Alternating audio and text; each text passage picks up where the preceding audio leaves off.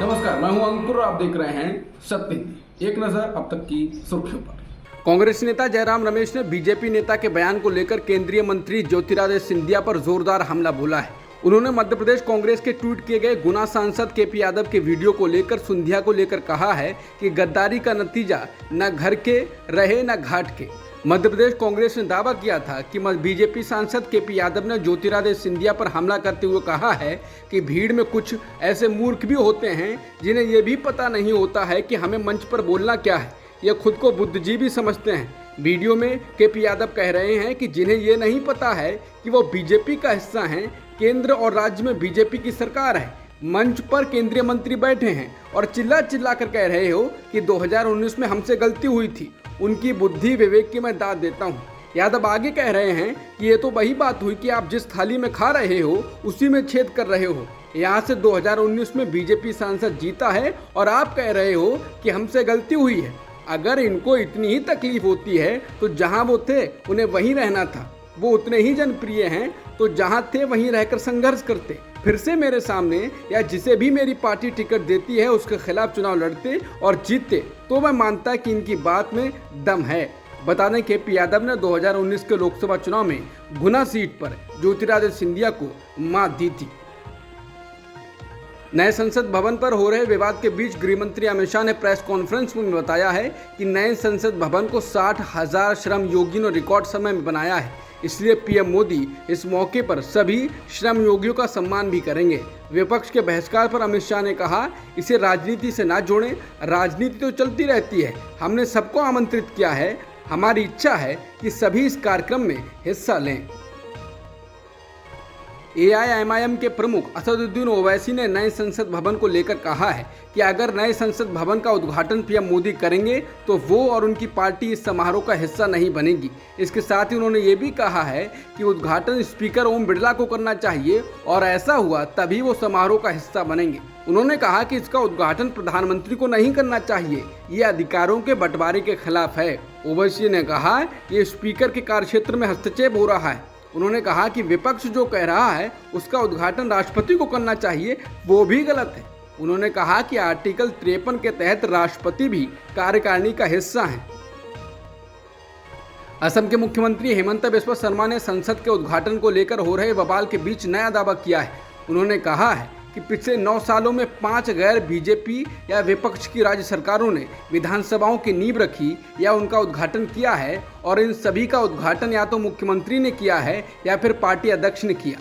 उन्होंने कहा कि कहीं भी राज्यपाल या राष्ट्रपति को नहीं बुलाया गया। हालांकि सत्य हिंदी उनके दावों की पुष्टि नहीं करता है। बता दें, विपक्ष ने नए संसद भवन के उद्घाटन में राष्ट्रपति को न बुलाए जाने के खिलाफ कार्यक्रम का बहिष्कार किया है। उनका कहना है कि संसद भवन का उद्घाटन राष्ट्रपति को करना चाहिए। राहुल गांधी ने नए संसद भवन के उद्घाटन के लिए राष्ट्रपति को नहीं बुलाने के लिए बीजेपी को निशाने पर लिया। राहुल ने कहा कि राष्ट्रपति से संसद का उद्घाटन न करवाना और न ही उन्हें समारोह में बुलाना ये देश के सर्वोच्च संवैधानिक पद का अपमान है। संसद अहंकार की ईंटों से नहीं, संवैधानिक मूल्यों से बनती है। कई विपक्षी पार्टियों ने 28 मई को प्रधानमंत्री मोदी के हाथों नए संसद भवन के उद्घाटन के खिलाफ मोर्चा खोला हुआ है। कांग्रेस सहित देश की 19 विपक्षी पार्टियों ने एक संयुक्त बयान जारी करते हुए नए संसद भवन का प्रधानमंत्री मोदी द्वारा उद्घाटन के बहिष्कार करने का फैसला किया है। इससे पहले CPM, CPI, RJD, DMK, NCP, Shiv Sena, UBT, TMC और आप ने मोर्चा खोला हुआ था। ये पार्टियां उद्घाटन के लिए 28 मई की तारीख चुने जाने के खिलाफ भी आवाज़ उठा रही हैं। 28 मई को वीडी सावरकर की जयंती होती है। हालांकि भारत राष्ट्रीय पार्टी की ओर से कहा गया है कि अभी तक इस समारोह को लेकर पार्टी ने कोई फैसला नहीं किया है। नए संसद भवन के उद्घाटन के 19 विपक्षी दलों के बहिष्कार के बीच अमित शाह ने आज इस मामले में प्रेस कॉन्फ्रेंस की। उन्होंने कहा है कि सरकार ने शनिवार को नए संसद भवन के उद्घाटन के लिए सभी राजनीतिक दलों को आमंत्रित किया है और उन्हें अपने विवेक के अनुसार फैसले लेने की छूट है। इसके साथ ही गृहमंत्री ने घोषणा की कि सेंगोल यानी राजदंड नामक एक प्राचीन अवशेष को नए संसद भवन में स्थापित किया जाएगा। उन्होंने साफ किया कि उन्होंने खासकर इसी की जानकारी देने के लिए प्रेस कॉन्फ्रेंस की है। गृहमंत्री ने कहा कि ये राजदंड अंग्रेजों से भारतीयों को सत्ता के हस्तांतरण को चिन्हित करने के लिए देश के पहले प्रधानमंत्री जवाहरलाल नेहरू को सौंपा गया था।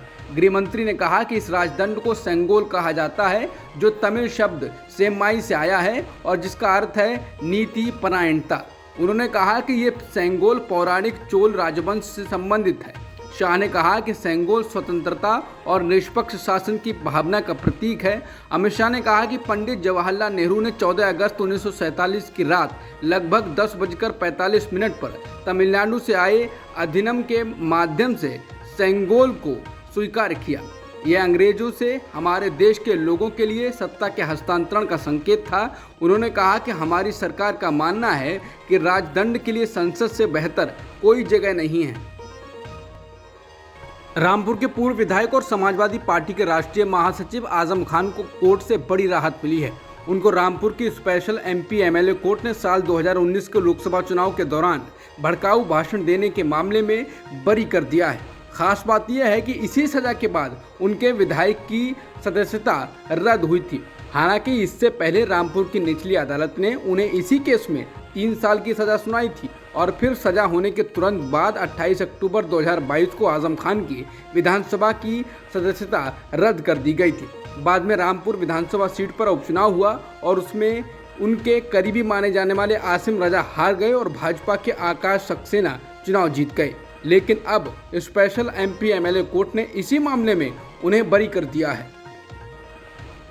दिल्ली के मुख्यमंत्री अरविंद केजरीवाल ने दिल्ली में सेवाओं के नियंत्रण पर केंद्र के अध्यादेश के खिलाफ आपकी लड़ाई के लिए समर्थन मांगने के लिए बुधवार को मुंबई में उनके आवास पर शिवसेना के प्रमुख उद्धव ठाकरे से मुलाकात की।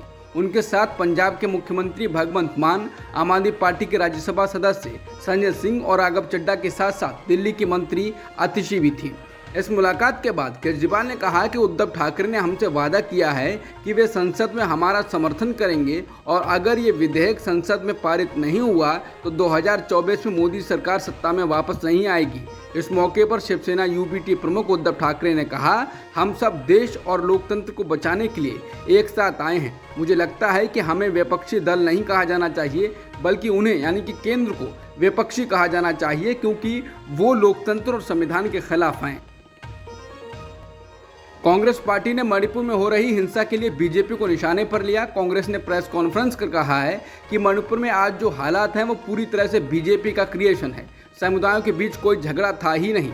जब से बीजेपी को ये समझ आ गया है कि दोनों समाजों को बांट करके ध्रुवीकरण करा के अपनी राजनीतिक रोटी ये लोग सेंक सकते हैं, तब से ये हुआ है। कांग्रेस ने कहा कि बीजेपी को देश से कोई मतलब ही नहीं है, उन्हें बस सत्ता पाना है।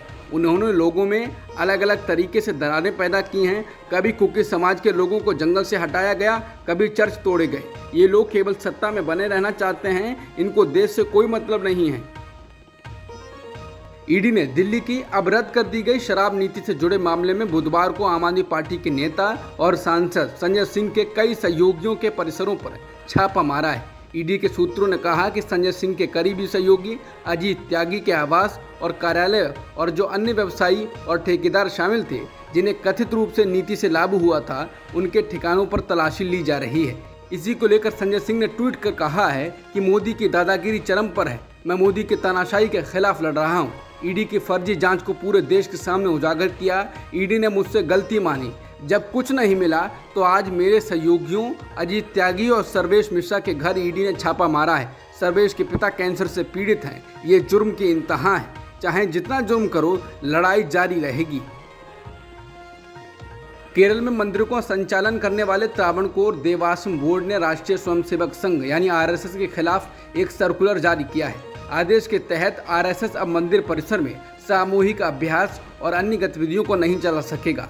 अब नए सर्कुलर में कहा गया है कि इसका सख्ती से पालन किया जाए और जो अधिकारी इसका पालन नहीं करेंगे उनके खिलाफ कार्रवाई की जाएगी। जानकारी के मुताबिक बोर्ड 1200 से ज़्यादा मंदिरों का प्रबंधन करता है। समाचार एजेंसी PTI के अनुसार ये सर्कुलर 18 मई को जारी किया गया है। TDP के अध्यक्ष अनंत गोपन ने ANI से कहा, कई मंदिरों में RSS की शाखा चल रही थी और वो यहाँ अभ्यास कर रहे थे, इसी वजह से सर्कुलर जारी किया गया है। मंदिर श्रद्धालुओं के लिए होते हैं और उन्हें कोई दिक्कत नहीं होनी चाहिए, बोर्ड का यही रुख है। अब तक की खबरों में इतना ही। बाकी खबरों के लिए बने रहिए सत्यहिंदी.com के साथ।